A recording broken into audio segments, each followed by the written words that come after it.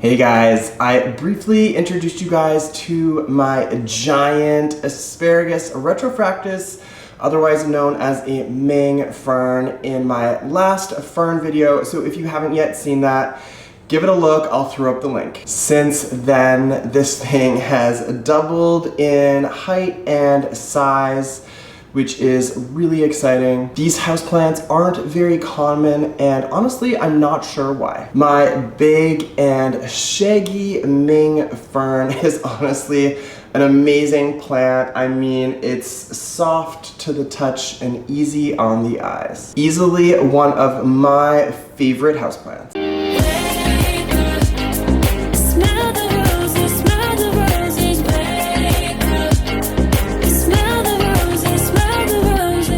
I'm going to be sharing all of the crucial care tips that you need to know and what I have personally had a lot of success doing when it comes to this Asparagus Retrofractus. And if you're lucky enough to have one of these plants or find one, what you need to know to ensure that it thrives and flourishes. Thanks for checking out this video. I'm Tyler, and if you like what you're seeing or you find this video to be useful, don't forget to give it a thumbs up, or better yet, you can subscribe to my channel. Before jumping into crucial care tips for this plant, I do want to share a couple of really interesting things when it comes to this Ming Fern and new growth. So first off, you can tell which parts of the plant are newer growth and which parts are older based on the color and shade of green. So obviously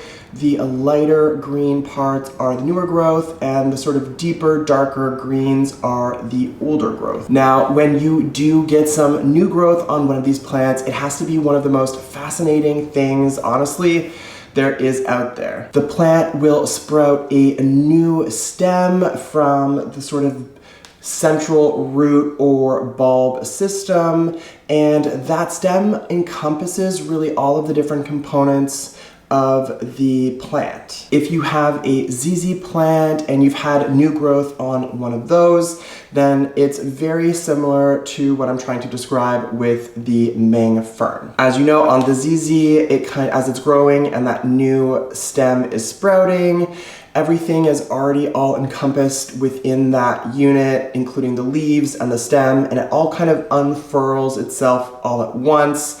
And it's basically the same thing when it comes to the Asparagus Fern as well. With the Ming Fern, the stem, that new growth sprouts out and pops out really quickly. I would say a few days, a week's tops, and you know, it's grown, that stem's grown probably at least a foot, if not longer, especially on a plant this size. And the craziest thing that I've seen on mine is that that new growth, that new stem that's sprouted, can really move quite a lot directionally if it's towards the sunlight or towards a humidity source. It's really spectacular. You leave the room and you come back and that sprout is, you know, leaning a foot in a different direction. It's just mind-boggling. Now, just to elaborate on that briefly, I did have this in my bedroom close to the bathroom, and how I sort of noticed this is in the mornings after you know, I would have a shower, I would notice that the new growth would sort of direct itself towards the humidity. Now there's not a lot of light in there, so I know it couldn't be for that, and later in the day it would reorient itself towards, you know, in the opposite direction towards the light source. So I really did see, I've had a lot of new growth obviously on this plant, so I've seen it really kind of move, and it's just really interesting and different from a lot of my other houseplants, and I really love this sort of unique new growth movement that the Ming Fern has. And then once the new growth has spreaded out and it's reached sort of its max size and it's happy with its positioning, that's when things start to slow down and everything begins to kind of unfurl, stretch out, and all of the little needles start to develop and grow. And I actually do have some really cool new growth on this plant, so I'll be sure to get some really interesting shots so you guys can get an idea of what that all looks like. Anyways, as I'm sure you can tell, I've been completely absorbed with this whole new growth process, and I really can't wait for the next sprout to come. If you're interested in more content like this, please give this video a thumbs up or share some comments or feedback down below. All right, so let's jump into all of those crucial care tips now. Starting with light, I've had a lot of great success giving this plant a moderate amount of light, a good amount of moderate, really dapple light. Now, for most of the winter months, I've kept this, like I said, in my bedroom, close to the bathroom, which is an inset about 12 feet from a south-facing window. Now, in the wintertime, as you probably know, the sun is a lot lower, and what that meant is that the sun would, and the light would come through that south-facing window, travel through the room, and some of that light would reach this plant, and that's what really created that sort of really good moderate dapple light situation for this plant.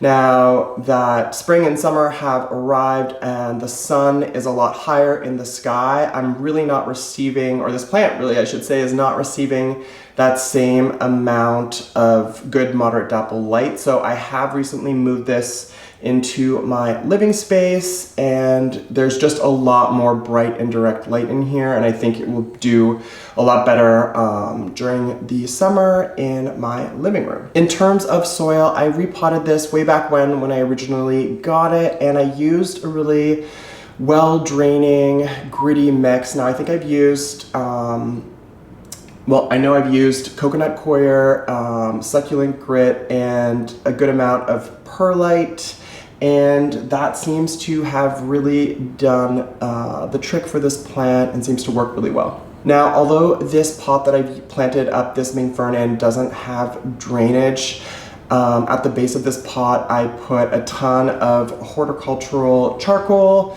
and if you watch my videos, I talk about this quite a bit. Now, what that does is it just absorbs any excess moisture at the bottom of the pot, and it also keeps the soil mix and the plant and its roots up off of any sort of buildup of excess water. But when I get to watering, you'll know that it's really not been a problem to not have those drainage holes in here, and by using that horticultural charcoal up to this point, it's been you know, just fine. All right, so let's talk a little bit about watering this plant. So for me, in all honesty, I don't water this plant very frequently. I would say I have to water it probably every other week, if not kind of every 3 weeks at most. Now, like most plants and houseplants, they can communicate with you, and what this plant will do is it will have some browning, and actually you can kind of see some here, and that's a really good indicator that it needs water. So you know, you just want to kind of listen to your houseplants, be really observant, and you know, let them tell you kind of how much to water them. But I'm pretty sure these plants are drought tolerant, and it's also a function of how much light they're getting. So there's kind of a lot to consider in terms of watering. Like I said, I'm watering this probably once every other week, once every 3 weeks at most. Now, as I was kind of alluding to earlier, these plants do love humidity, and that's not a problem in the Boston area in the summer. It's typically pretty humid. But in the winter time, I keep this in a space that has at least a humidity percentage of 50. Now, if that's something that you're not really familiar with, you can pick up a humidity reader. Those are called hygrometers, and that will let you know the percentage of humidity in your air, and that's just a really simple and easy way to know if you're keeping your houseplant at the right humidity level. Now, in terms of fertilization, I've actually heard and read recommendations for these plants to use a liquid diluted fertilizer.